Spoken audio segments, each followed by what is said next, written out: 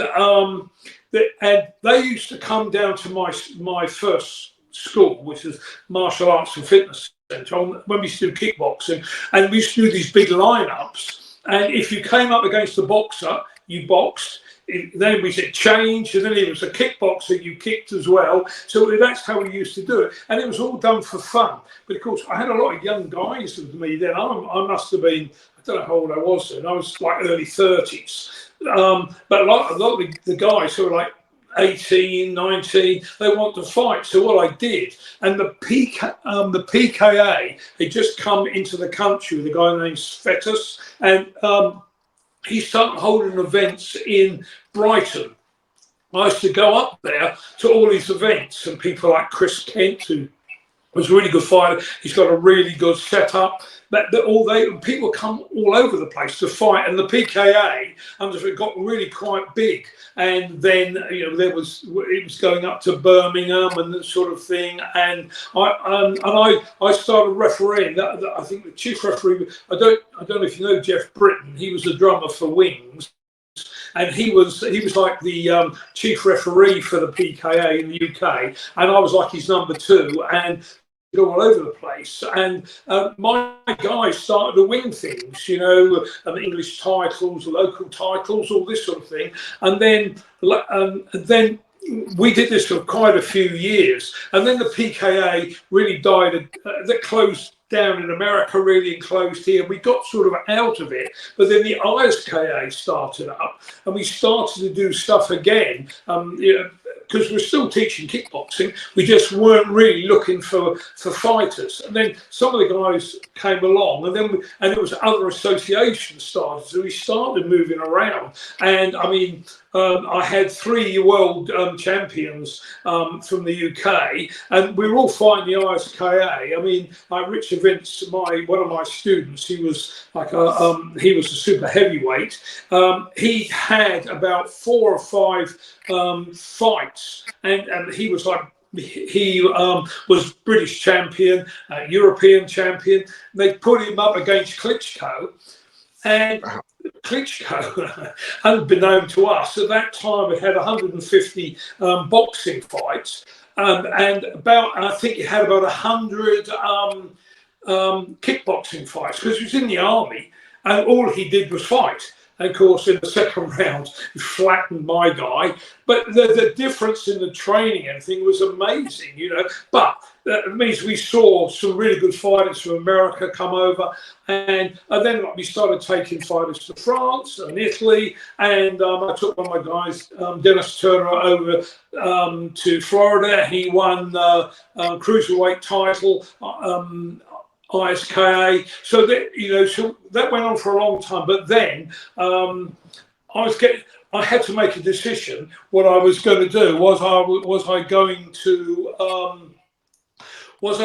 to concentrate, carry on to what I was doing? But my big thing was what I really wanted to do was I wanted a big American style school, but I was going through a phase at the time where I wasn't making enough money from the karate, because there was clubs then everywhere. When I opened in Ipswich, there had been a club opened up before me, but I closed it down. Not a good thing. I just kept going after the instructor, so he just disappeared. I mean, things are a little bit different to it is now. I got sued now, but what I decided to do was concentrate on the karate. But even that wasn't enough to open a proper school. And then then all of a sudden the first billing company arrived in the UK. So I went to them and I thought, I can now do karate for a living, because we could now do direct debits rather than just a standing order you never could keep control of. So that's what I did. I joined the EFC, and then and so did quite a few other people. And then you started seeing full-time schools open up. Now, and then I'd already had a school many years ago, but it's people paying on the door, and I never made any money, and the school wasn't very nice. And people look back on that school with great love. It's always come to, I remember the old days, because it was blood and guts, that place. It was, and it smelt, and I was there for 15 years. But I wanted to go the new way. So what the EFC gave us the chance, because we were going over to America and seeing schools run by, you know, the top Americans, you know, Bill Clark and all these people who had at that time 20 schools. And, you know, some people just had one school. That's what they're happy with. Some were big, some were small. We just learned so much from these guys in America. And that was my concentration. I then got another smaller school, about 2,000 square feet on a lease. And then I decided I've got to do everything to buy a building. And I bought my building about maybe 30 years ago with a mortgage. I didn't just walk in and buy it with a mortgage, and it's been paid off a long time now. But of course now, you know, it's one of the biggest and one of the best, I hope, schools in the UK. Could never have done it without the help of the building companies and the Americans. So Mick, can I just jump back? So obviously you fought in the England team. How did you get selected for that, or what was the process for that? What happened was, I mean, there was never really, I wasn't one of these people who really, I mean, I've had students who have fought for England for years. I've had other people. Now I wasn't that bothered about the England team. For me, my thing was my club, my own advancement of my club, and what happened with me. I went to Forest Gate, and there was gradings, and then there was a fight, and there was just a fight off. So you just fought different people, and then at the end they say you're in or whatever, you know. And it's a European Championship, and I just got taken along, you know, and some people who were there with me carried on fighting, and I think it's well, I tell you how a lot of difference now is. There was a time when you could represent England in fighting and kata.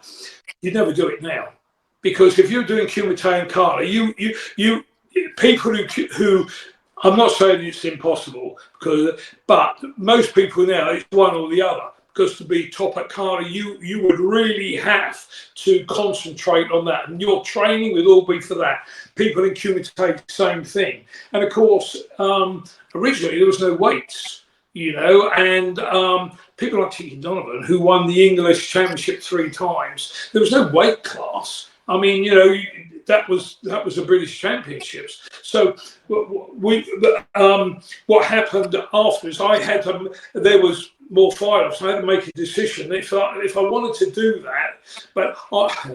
And also I was interested in my club. I wanted to teach martial arts, karate mainly, for a living. That was my main thing. And of course, when Bruce Lee came along, you had the chance, and a lot of people in this country became professional, and I was one of them. And the England team thing wasn't so important as looking in your class and having 50 people in your class and a queue of people looking through the window trying to join. And I missed a big opportunity, because I was charging people 50p a session, and I had like a Tupperware box, and people threw the 50p's in. If other people set themselves up by having somebody sitting at the door who collected all the money, had registers, I didn't do that, but I was really interested in doing that. You know, I wanted to, you know, so things like England team and even for my students was put to one side. When things calmed down, and we were fighting, because we used to. I think what happens to you when you're an instructor, you start off by going to a competition. When you get there, you would do the kata, you would then go in individuals, you'd be in the team, and if you were knocked out in any of these, you judged or refereed. So you went there and you were busy the whole day. Now you wouldn't do it, but that's how it was. So I started taking my teams with me. We might have an A, B, and a C team in the competition, and then at the end of it, you know, we had people who were winning, and so then we would send them off to the English team. Then we got back, and then there was England was in different areas, like obviously north, south, east, west, London. I think it was something like that. There might have been Midlands, a long while ago, I can't remember. And then they would all fight, and it'd be like an area winner. And I can remember that the first time they did it,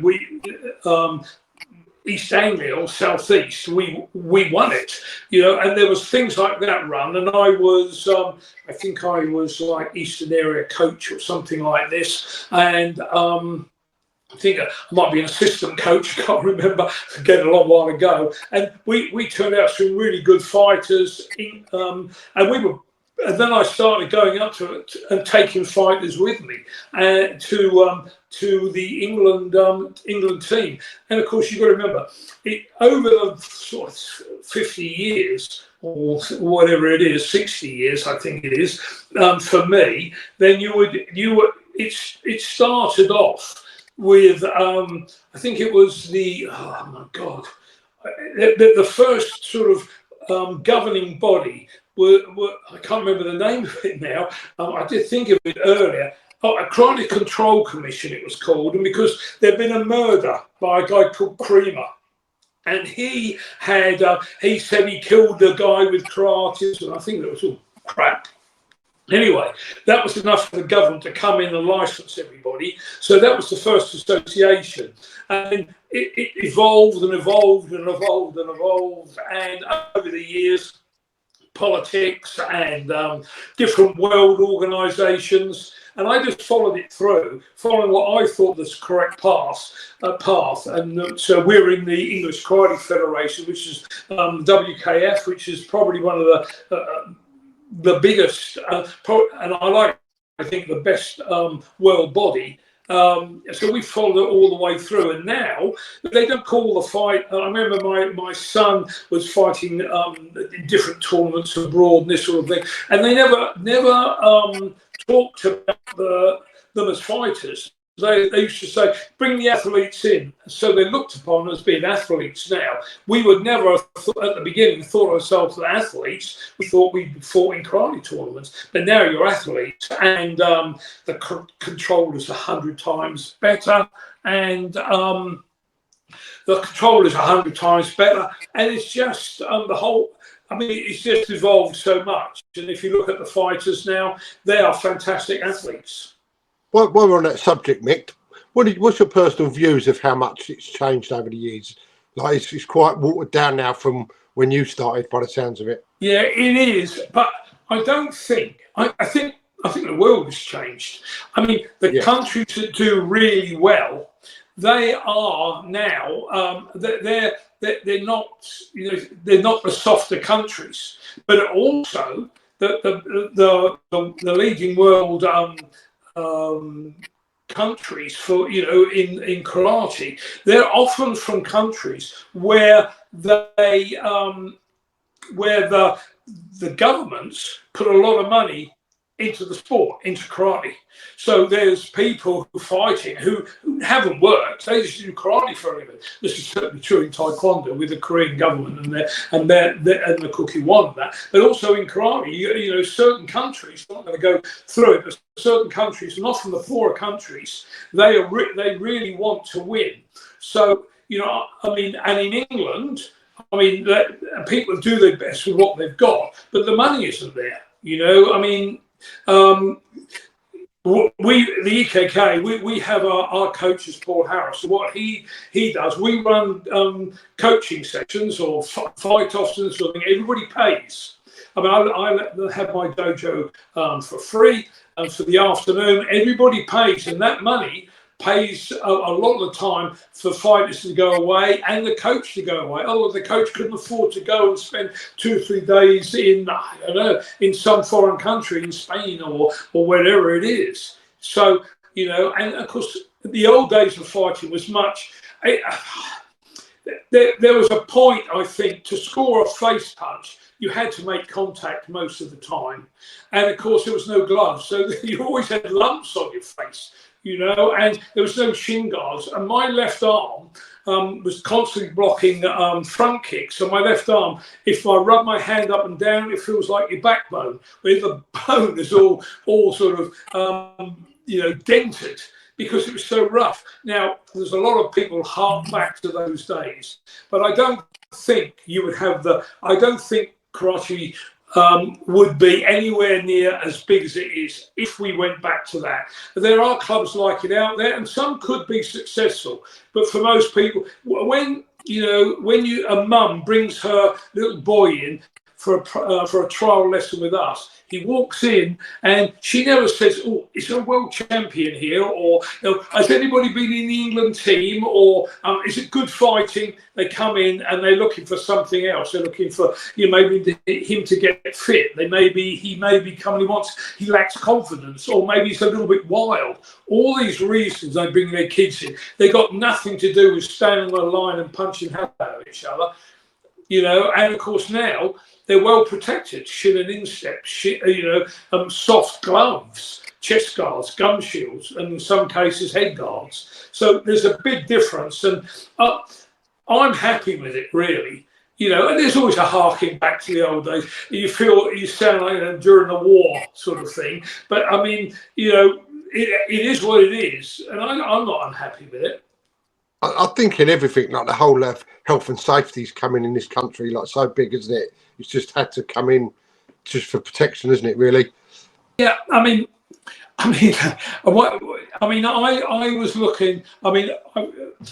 Before I came in, I was looking at the cameras in my place, looking at some of the classes, and you've got. We have little dragons. Some people say, "Oh, they're too young at 3 and 4 years old." Well, yes, they are. But if you don't get people into that age, they'll go somewhere else. And what you can do with those kids, you can teach them balance. Most they can't stand on one leg or anything. Teach them balance. You give them things and teach them to punch. Make them stand with their feet together, sit with their legs crossed. And parents like that because they don't get it anywhere else. And I was watching the Little Dragons class, and I'm glad I don't teach that. And then you're looking through, and people who are a lot older now, people in their 50s, can join and train because we don't do what we used to. We don't say, "Okay, everybody, bunny hop up and down the hall 10 times," or something like this. We don't do that now because we're aware of what damage.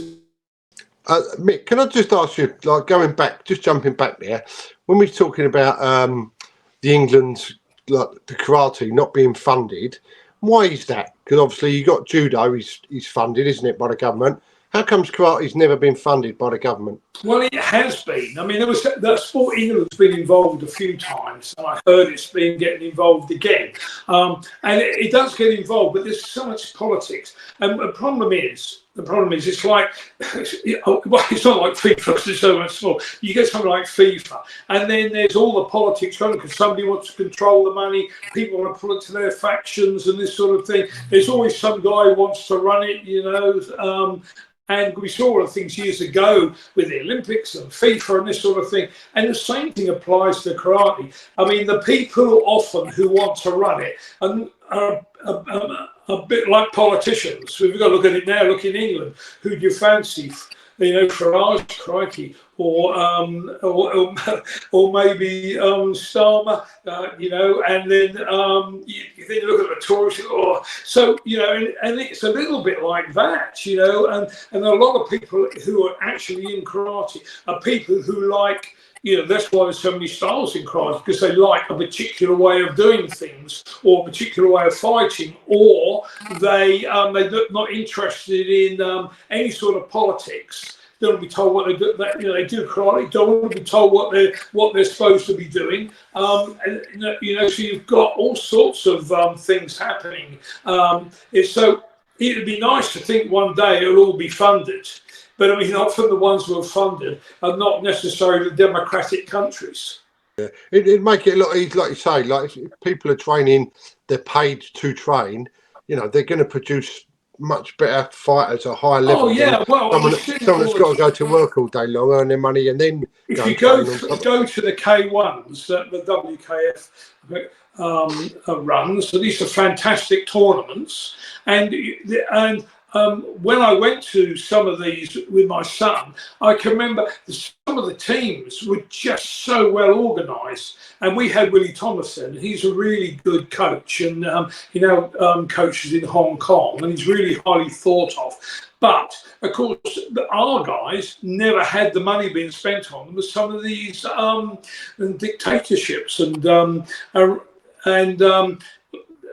some of these countries were spending fortunes on their fighters, and our guys were the parents as well who are paying the money, driving all the kids for many miles to go and train in some hall, sitting there all day and then driving the kids back. I did it so many times, and I just think, but that's what parents do. But some parents can't afford that, so we're missing some of the good fighters because the parents haven't got the money. I mean, the kit alone costs so much money now.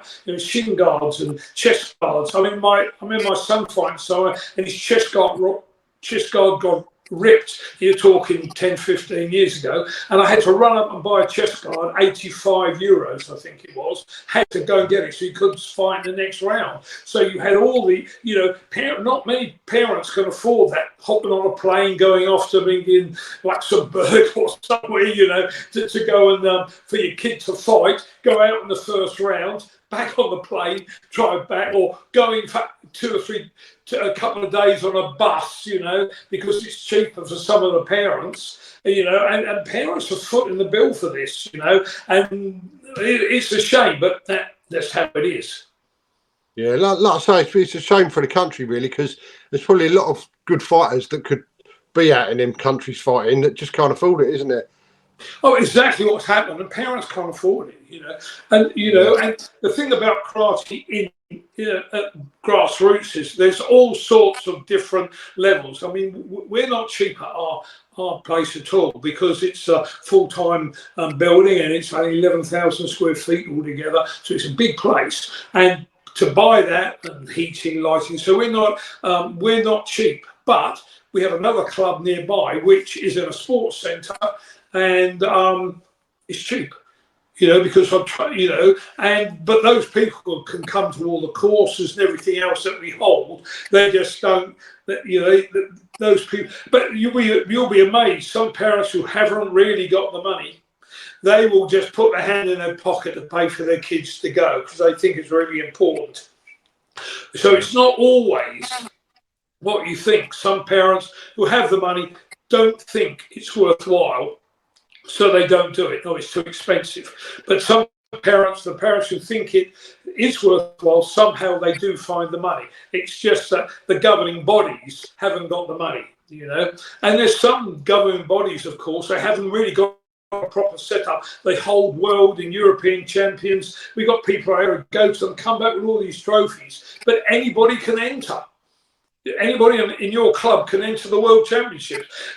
People like the WKF and that, completely different system. You've got to go all through, Midlands area or whatever area you're in. Then you go to the full squad. There's the fight-offs. And, and then you may get picked, then you go. And it can be a long process and expensive.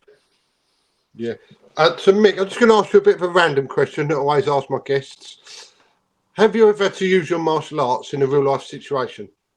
Yeah, a few times. I think, over the years, I mean, it's not like I fight every week, but when you're young, it happens more. You're out and people are drunk and this sort of thing. I've had to defend myself, but I'm really, like my son he's young and he's strong, and I've said to him, it's just not worth it. You hit these days, of course, so many people do martial arts.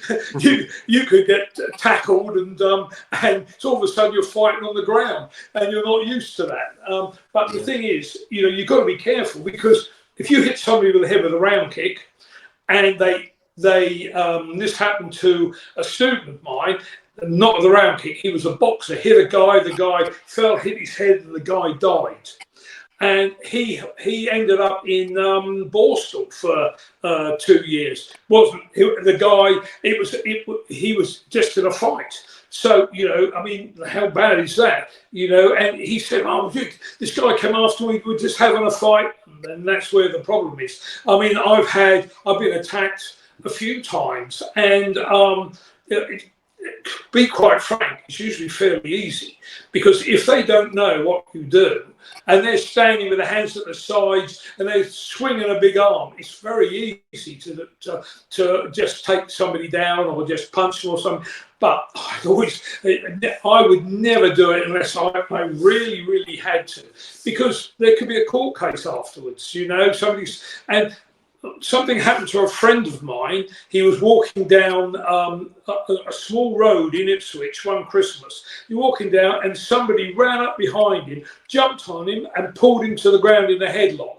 This guy was a Brammer, got on top, and when he got on top, the police had been wandering around. Somebody told him, came and arrested them both. And he said, I was attacked, this or and the other guy said, we were just having a fight. He got done for a fray, and you know, and he was just defending himself. So you don't, you know, if you can stay out of those situations. I mean, we do martial arts. If somebody attacks you, you got the right to defend yourself. You just got to, you can't go over the top, and you've got to maintain your head. You know, you don't want to go lunging madly in. If you can sweep somebody, or I mean, I wouldn't and never get into a situation where there are locks and arm bars and this sort of thing. I'd leave that to bouncers, where you know, a couple of guys can get hold of somebody, put a wrist lock on, and it's so painful he can't move, and they can march him out. But if you're standing over somebody's, and you see all these things on YouTube and this sort of thing, you have to be careful. But two things I wouldn't do. One, I'd be very careful if it's more than one person. This is where jiu-jitsu guys have to watch out. If they go to the ground, somebody can come out from the and just kick you in the head and you're finished.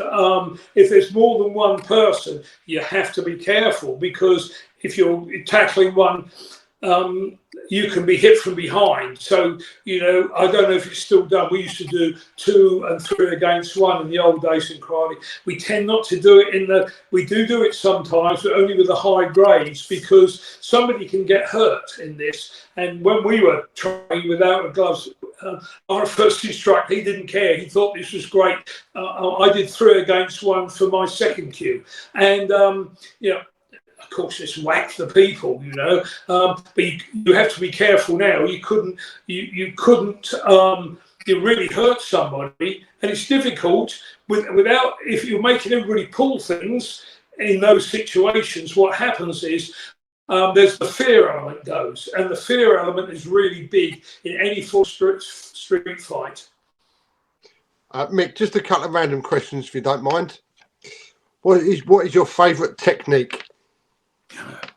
Well, what it used to be, obviously there's more than one, but I used to love jump, turn, heel kick, because when I learnt that, I remember teaching on Tiki Donovan's course, try and hit we'd spar for an hour or something, session, once or twice during the week, and I can remember trying to hit every jump, turn, heel kick, because I loved it. But you know, when you think it, when you actually bring it down, now I can't do anything like that. When jump side kick, I loved, and there's quite a few photographs of me floating around, me doing jump side kick, but not a great fighting technique. But things like, you know, just reverse punch to the body.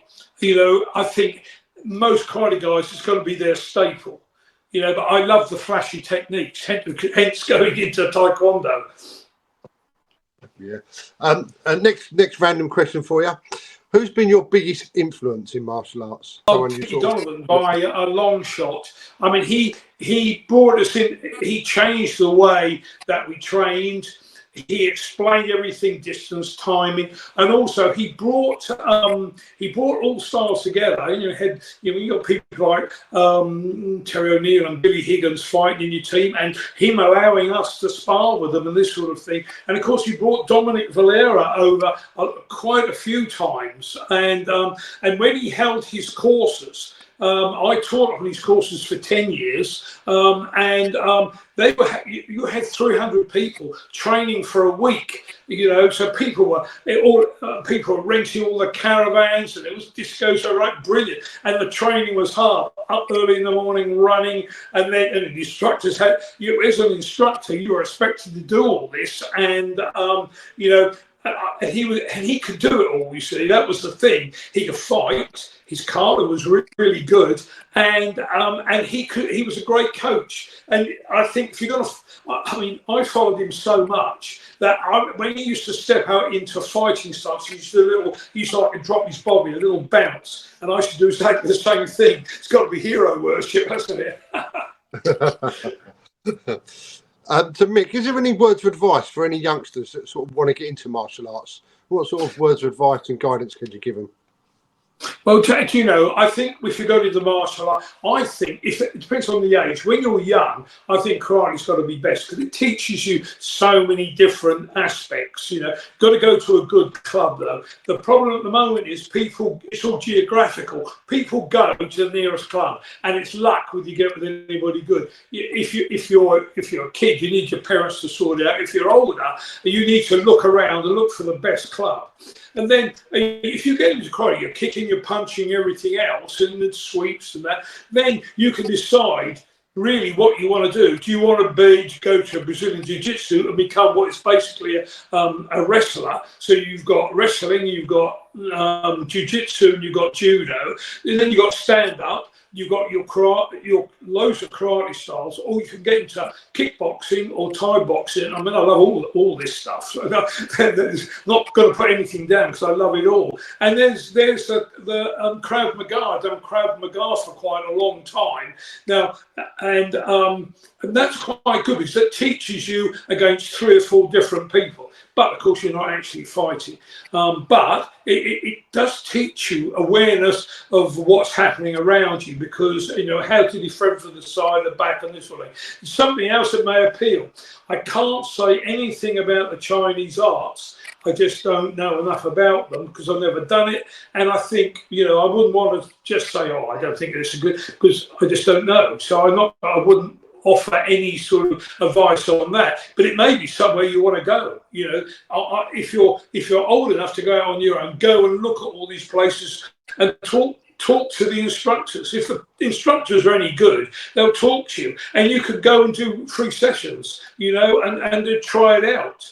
It's nice to train in a really nice school where they've got matted areas and showers and the whole bit, and weight sections and this sort of thing. But you can learn a lot from some guy who's in a hall with a wooden floor, if he's the right person, but I think look around would be my advice. Get the best instructor you possibly can.